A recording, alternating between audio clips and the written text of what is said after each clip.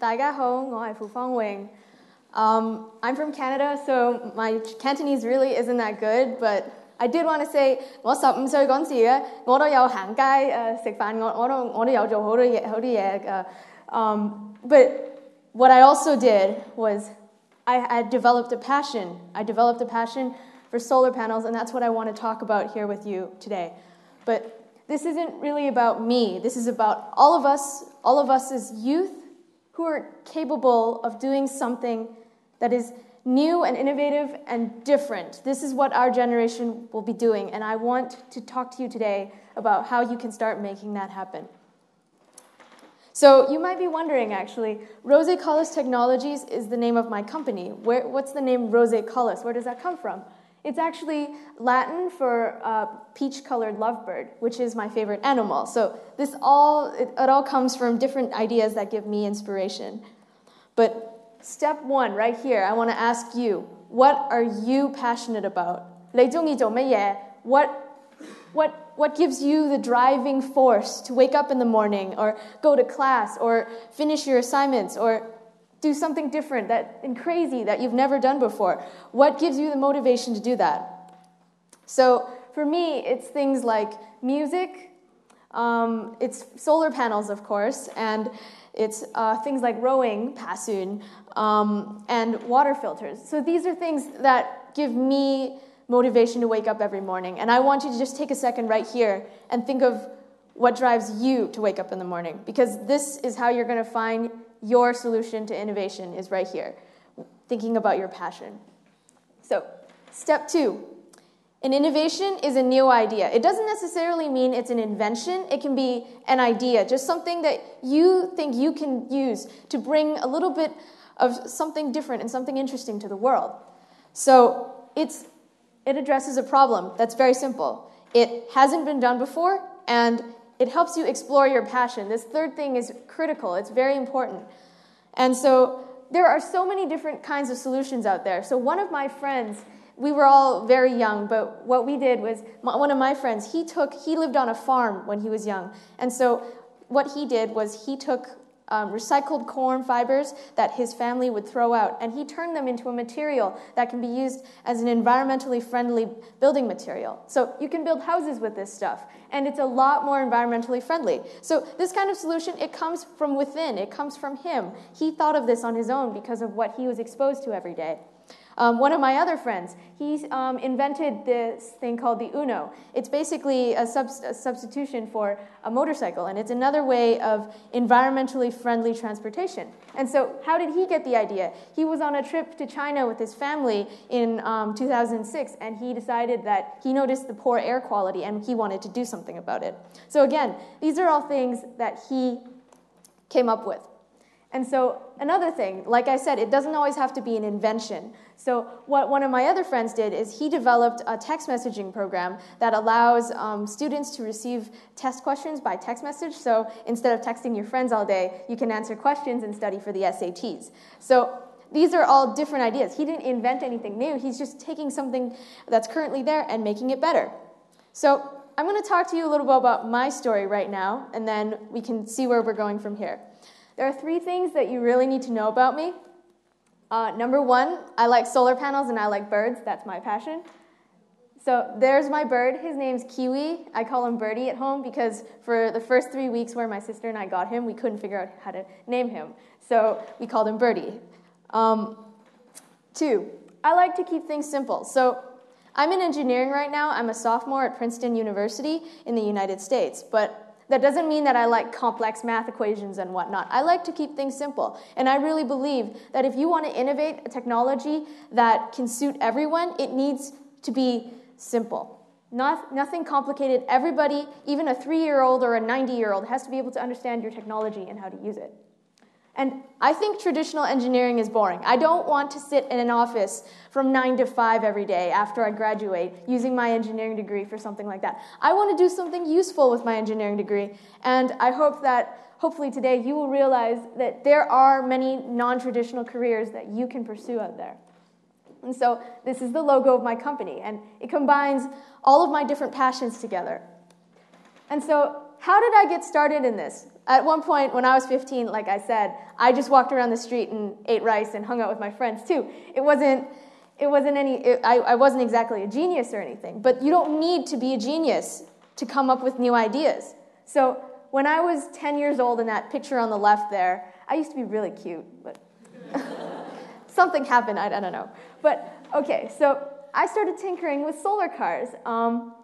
I thought, wow, this is cool. I can use a light bulb and I can make a car go from one end of the street to the other. That's it. It's nice and simple. I wasn't thinking about how this could help other people or how I could make a technology more important.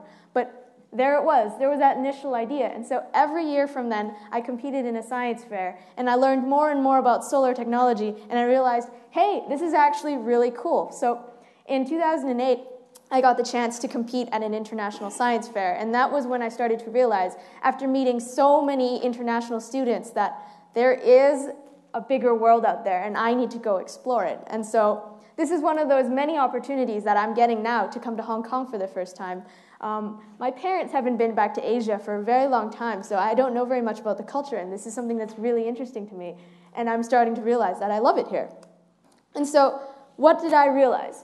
Technology can change the world. You can take solar panels, which are this popular technology in the developed world, and you can take it into the developing world, where there are people who struggle to make ends meet. There are people who struggle to be able to light even just one light bulb in their house while we have 30 going on. And there are people who suffer from respiratory diseases just because they can't afford clean energy because they have to burn kerosene. And that's just not a feasible technology.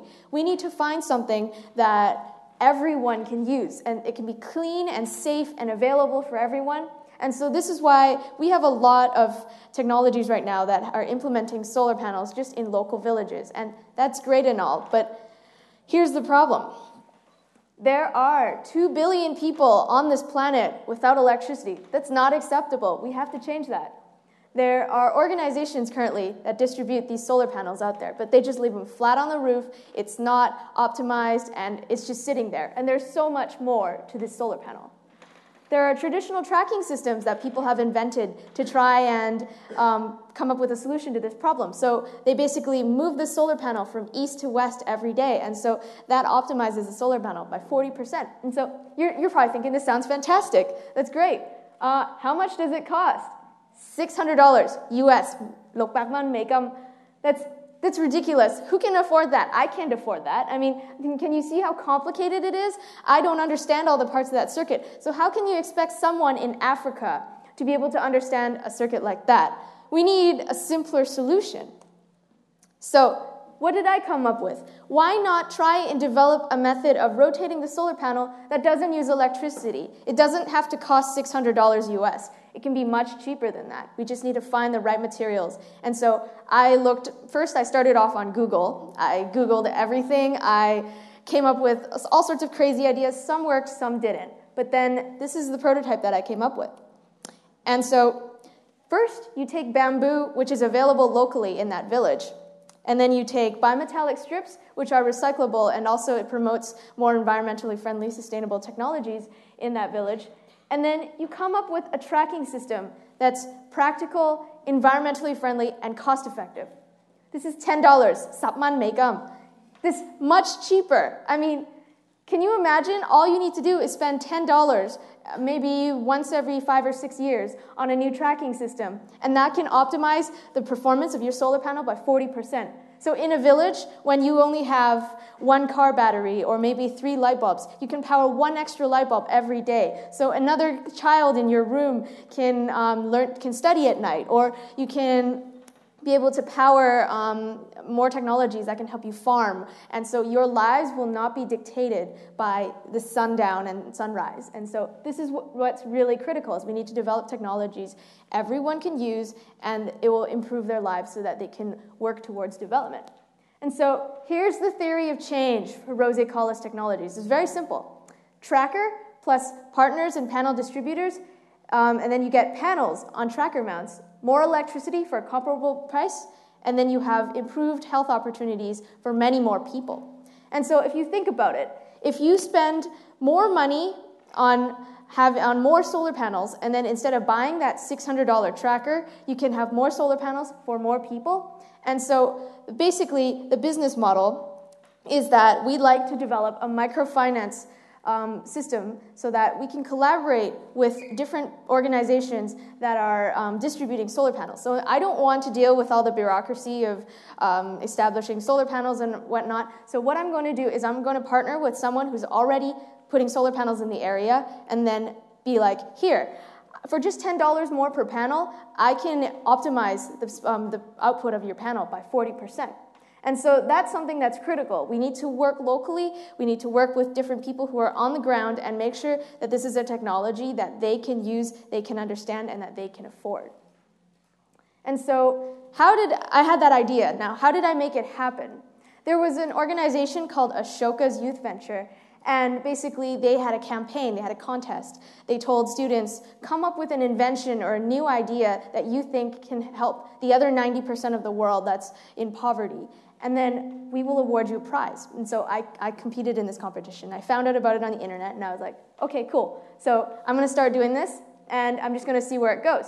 And so Ashoka's Youth Venture and the Lemelson Foundation ended up awarding me one of the top prizes, and I had the opportunity to travel to Hyderabad, India in this February. And so this was an amazing, mind-blowing experience for me because I'd never learned about what India was like before, and this was my first time off the continent of North America. So I learned a lot, and this is a group of us who won the competition with the founder of Ashoka, Bill Drayton, who is pretty much like my hero.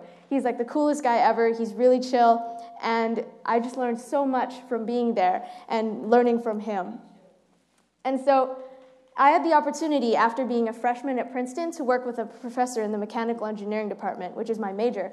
And I had the opportunity to take my prototype to Impala, Kenya. And so basically, I spent 3 weeks there. I worked with locals. I established a system. Here, I'm going to give you this solar panel system. You're going to help me test it out. I want you to give me monthly reports. I want you to tell me how I can make the system better and what you need out of this system. And so we worked together. We established a community and a committee of people that could really take care of this and make sure that it was good and sustainable, and then for future projects, this could be a really viable solution. And so step 3, going back to talking about you guys in general, I want to tell you now that anything you come up with that's a solution, even if it sounds crazy, try it. Go for it. You never know where it will lead you. Even if the first idea sounds absurd, the second one won't, or the third one won't. And this is how you get started, is you do something different. You do something in your own life that matters. And so, funding opportunities. Basically, I had funding from Ashoka's Youth Venture. A lot of it was, I didn't actually run a lemonade stand, but that's the idea, is you have to work for it yourself. Don't just wait for the money to come to you. Work for it yourself. And so I took a job, and I got a little bit of money, and that's how I funded some of my work at the beginning. And then also, you can partner up with a university professor. Even though you're still in high school, you can still partner up with a university professor. When I was back home from Canada, I partnered up with a Canadian university, and then when I moved to the United States, I partnered up with Princeton. And so you can also partner up with a non-government organization, or even better, you can start your own. There's lots of things that you can do, and this is just, you have to take the first step. Thank you. I'm going.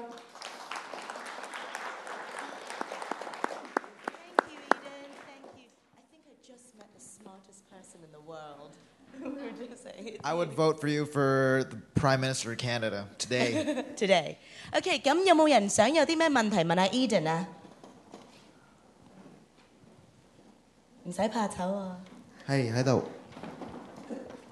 Hi Eden.